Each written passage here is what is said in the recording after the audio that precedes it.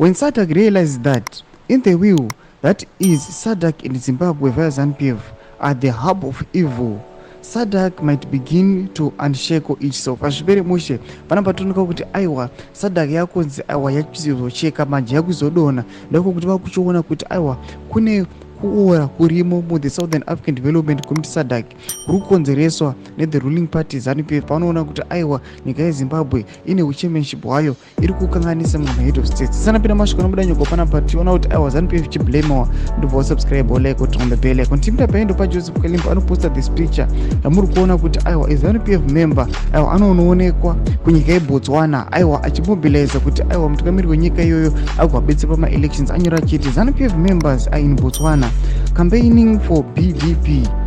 They say they will be teaching ruling parties of both Botswana and Namibia on holding free and fair elections. From Gaborone, they also visit Windhoek to campaign for SWAPO. Both Botswana and Namibia go to polls in 1-2 months time.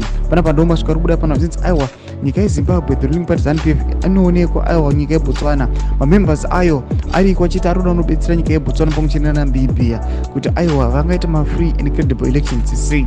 Panapa tinoona kuti nyika yeZimbabwe kana the ruling party ZANU-PF in a record yekuita ma fraud elections zviri supported ne the SIOM report, but tinoona vaona vachifamba vachiti aiwa toda unovabetsera kuti ma credible elections aiwa anoitwa sei zvatongwa pachena kuti it is well known for rigging, which means saka vachaenda ikoko they will be teaching them how to stay and remain in power through rigging. Mashoko ari kubuda panapa vachiaccuse zvinzi aiwa ndokuora kuchakonzeresa kuti SADC ive discredited, isheke, SADC icollapse. Kuti mafungiro enyu muri kudii pamusoro pe this involvement ye the ruling party yenyika yeZimbabwe kune dzimwe nyika? Pina comment section medu, subscribe or like and turn on the bell icon.